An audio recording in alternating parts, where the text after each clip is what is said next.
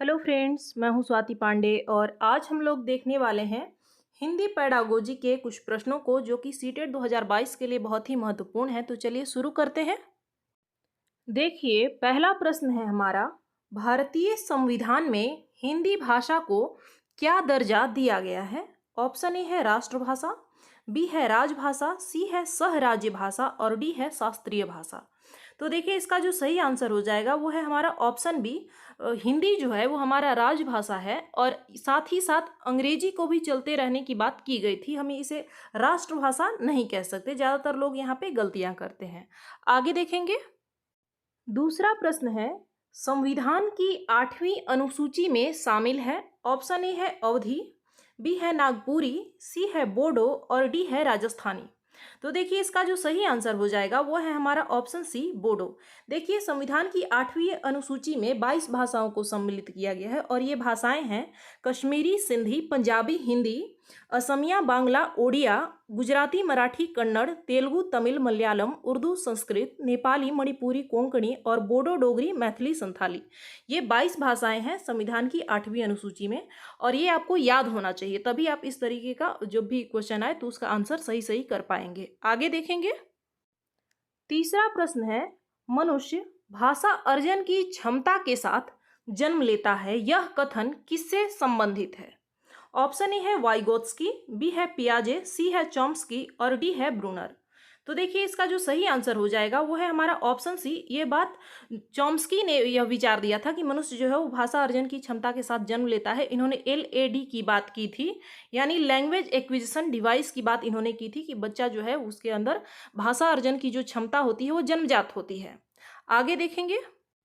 अगला प्रश्न है हमारा, भाषा सीखने में कौन सी विधि मातृभाषा को मध्यस्थ बनाए बिना दूसरी भाषा को सीखने में सहायक होता है? ऑप्शन ए है अनुवाद विधि, बी है द्विभाषी विधि, सी है अप्रत्यक्ष विधि और डी है प्रत्यक्ष विधि। तो देखिए, इसका जो सही आंसर हो जाएगा वो है हमारा ऑप्शन डी, प्रत्यक्ष विधि, यानी डायरेक्ट मेथड भी इसको हम लोग बोलते हैं। देखिए, यह जो प्रश्न है यह सीटेट में बहुत बार पूछा जा चुका है, बार बार रिपीट होता है, तो इसको ध्यान में रखेंगे। आगे देखेंगे। अगला प्रश्न है, भाषाओं के अधिगम के बारे में कौन सी बात सही नहीं है? ऑप्शन ए है मातृभाषा बेहतर संज्ञानात्मक वृद्धि में मदद करती है, बी है मातृभाषा दूसरी भाषाओं के अधिगम को बाधित करती है, सी है मातृभाषा अंतः व्यक्तिक संप्रेषण कौशलों को सुगमता प्रदान करती है और डी है मातृभाषा में सीखने से अवधारणात्मक समझ में बढ़ोतरी होती है। इसमें हमसे पूछा गया है कि कौन सी बात सही नहीं है, तो ऑप्शन बी हमारा सही हो जाएगा। मातृभाषा दूसरी भाषाओं को सीखने में या फिर अधिगम में बाधित करती है, यह बात बिल्कुल ही गलत है।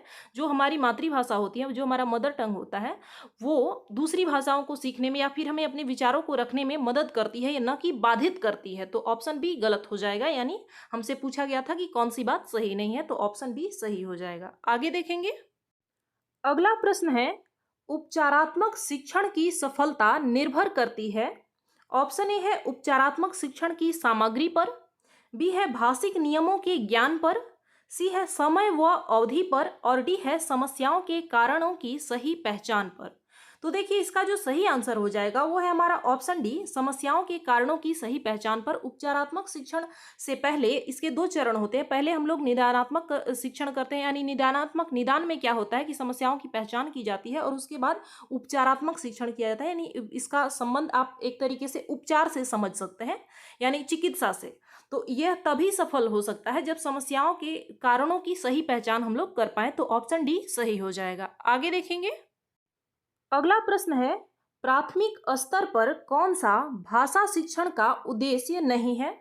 ऑप्शन ए है विभिन्न संदर्भों में भाषा का प्रभावी प्रयोग करना, बी है स्पष्टता एवं आत्मविश्वास के साथ अपनी बात कहना, सी है वर्णमाला को क्रम से कंठस्थ करना और डी है ध्वनि संकेत तथा चिन्हों का संबंध बनाना।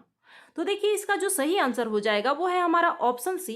कहीं भी, चाहे प्राथमिक स्तर की बात हो, माध्यमिक स्तर की बात हो, कहीं भी हम चीज़ों को कंठस्थ करने पर जोर नहीं देते। तो ऑप्शन में अगर कंठस्थ करना, याद करना, रटना ऐसा है तो वो हमारा गलत होता है। तो ऑप्शन सी हमारा सही आंसर हो जाएगा। अगला प्रश्न है हमारा, बच्चों के भाषाई विकास में समाज की महत्वपूर्ण भूमिका होती है, यह विचार किसका है? ऑप्शन ए है पियाजे, बी है स्किनर, सी है चॉम्स्की और डी है वाइगोत्स्की। तो देखिए इसका जो सही आंसर हो जाएगा वो है हमारा ऑप्शन डी। वाइगोत्स्की ने बच्चों के भाषाई विकास में समाज की महत्वपूर्ण भूमिका का अपने इसके ऊपर विचार दिया था। इन्होंने कहा था कि जब बच्चों का भाषाई विकास समाज में रहकर और समाज के द्वारा एक दूसरे से अंतः क्रिया करके ही होता है। तो ऑप्शन डी हमारा सही हो जाएगा। चॉम्स्की ने बात की थी कि बच्चों में जन्मजात ही भाषा अर्जन की क्षमता होती है। तो ऑप्शन डी सही हो जाएगा। आगे देखेंगे। अगला प्रश्न है, भाषा की पाठ्य पुस्तक का निर्माण करते समय सबसे कम महत्वपूर्ण बिंदु है। ऑप्शन ए है भाषा की विभिन्न छटाएं, बी है अभ्यासों में वैविध्य, सी है पाठों की संख्या और डी है विषय वस्तु में वैविध्य। इसका अर्थ है विविधता यानी अलग अलग होना। तो देखिए इसमें हमसे क्या पूछा गया है कि सबसे कम महत्वपूर्ण बिंदु, तो वो हो जाएगा हमारा ऑप्शन सी पाठों की संख्या। ये बहुत ज़्यादा महत्वपूर्ण नहीं है। अगर आप लोग पाठ्यपुस्तक का निर्माण कर रहे हैं तो उस समय पाठ की संख्या कितनी है ये बहुत ज़्यादा महत्वपूर्ण नहीं हो सकता है। तो ऑप्शन सी सही हो जाएगा। आगे देखेंगे। अगला प्रश्न है, प्राथमिक कक्षाओं में बच्चे बहुत कुछ लेकर विद्यालय आते हैं, जैसे अपनी डैश, अपने अनुभव, दुनिया को देखने का अपना दृष्टिकोण आदि। इसमें आपको देखना है कि कौन सा शब्द सही होगा इस जगह पे। ऑप्शन ए है समस्याएं, बी है भाषा, सी है पाठ्यपुस्तकें और डी है कमियां। तो देखिए इसका जो सही आंसर हो जाएगा वो है ऑप्शन बी। जब बच्चे प्राथमिक कक्षा में सबसे प्रारंभ में जब विद्यालय में आते हैं तो वो बहुत कुछ लेकर आते हैं, जैसे कि अपनी भाषा जो अपनी मातृभाषा है उसे लेकर आते हैं, अपने अनुभव को और जो अपना दुनिया को देखने का उनका दृष्टिकोण होता है वो लेकर आते हैं। हम ये ऑप्शन ए समस्याएं नहीं कह सकते, सी पाठ्य पुस्तक भी नहीं होगा और कमियां भी नहीं होगा। कमियां हमें बच्चों में नहीं निकालना है। ऑप्शन बी सही हो जाएगा। आगे देखेंगे। अगला प्रश्न है, एक अध्यापक का अपनी कक्षा में इस बात पर ध्यान जाता है कि एक बच्चे को भाषा पढ़ने एवं समझने में कठिनाई हो रही है। यह किसका लक्षण हो सकता है?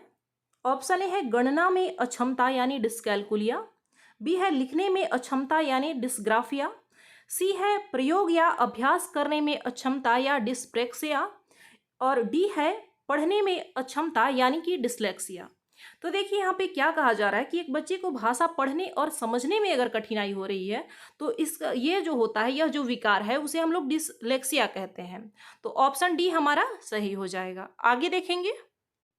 अगला प्रश्न है, भाषा शिक्षक को विद्यार्थियों में लेखन कौशल का विकास करते हुए आवश्यक रूप से किस पर ध्यान केंद्रित करना चाहिए? ऑप्शन ए है अच्छी लिखावट, बी है व्याकरण पक्ष, सी है शब्द सीमा और डी है विचारों की अभिव्यक्ति। तो देखिए इसका जो सही आंसर हो जाएगा वो है हमारा ऑप्शन डी विचारों की अभिव्यक्ति। यहाँ पे इसका अर्थ आप यह न समझें कि अच्छी लिखावट महत्वपूर्ण नहीं है, व्याकरण महत्वपूर्ण नहीं है या फिर शब्दों की सीमा महत्वपूर्ण नहीं है, लेकिन यहाँ पे सबसे ज़्यादा जो उपयुक्त आंसर होगा, जो सबसे ज़्यादा सुटेबल कह सकते हैं वो आंसर होगा, वो हमारा ऑप्शन डी होगा। यानी ज़्यादा फोकस, हमें ज़्यादा अपना ध्यान इस पर केंद्रित करना है कि विचार बच्चा अपना अभिव्यक्त कैसे कर रहा है, ठीक से कर पा रहा है या नहीं कर पा रहा है। लेकिन इसका अर्थ यह नहीं है कि अच्छी लिखावट या व्याकरण पक्ष या शब्द सीमा महत्वपूर्ण नहीं है। तो ऐसी गलतियां आप लोग न करें। आगे देखेंगे। अगला प्रश्न है, निम्नलिखित में से कौन सा विकल्प पोर्टफोलियो आकलन के बारे में सही नहीं है? ऑप्शन ए है पोर्टफोलियो आकलन विद्यार्थियों के अधिगम के प्रमाण प्रदान करता है, बी है यह विद्यार्थियों को अधिक स्वतंत्र बनाने में सहायता करता है, सी है यह विद्यार्थियों के चिंतन को पोषित करता है तथा अपने अधिगम की स्वयं निगरानी करने में सहायता करता है, ऑप्शन डी है पोर्टफोलियो आकलन विद्यार्थी के अधिगम का एक बार में किया जाने वाला आकलन है। तो देखिए इसमें हमसे पूछा गया था कि कौन सा कथन पोर्टफोलियो आकलन के बारे में सही नहीं है यानी गलत है।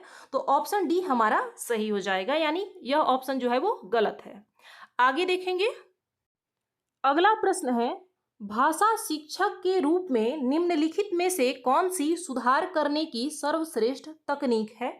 ऑप्शन ए है शिक्षार्थी को बोलने के समय ही सुधार देना चाहिए, बी है सुधार कार्य पूरी कक्षा की गतिविधि के रूप में किया जाना चाहिए ताकि कोई भी शिक्षार्थी त्रुटियों को न दोहराए, सी है शिक्षार्थी की त्रुटियों को कभी भी सुधारने की आवश्यकता नहीं है और डी है शिक्षक त्रुटियों का विश्लेषण करे और उनके पैटर्न को पहचाने उसके पश्चात पुनः पढ़ाए तथा शिक्षार्थियों को उन त्रुटियों के बारे में स्पष्ट करे।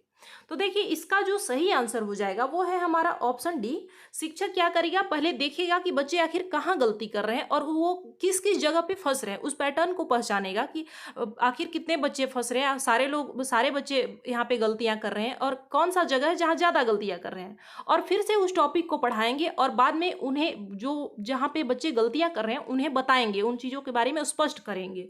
यह हम नहीं कह सकते कि विद्यार्थी कभी त्रुटि को दोहराएंगे ही नहीं, ऐसा कहा नहीं जा सकता। ऑप्शन बी भी गलत है। साथ ही यह भी नहीं है कि हमें विद्यार्थियों की त्रुटियों को, जो भी वो गलतियां कर रहे हैं उसको सुधारने की आवश्यकता नहीं है, तो फिर आप स्कूल में पढ़ाने क्यों गए हैं, तो यह भी नहीं होगा हमें।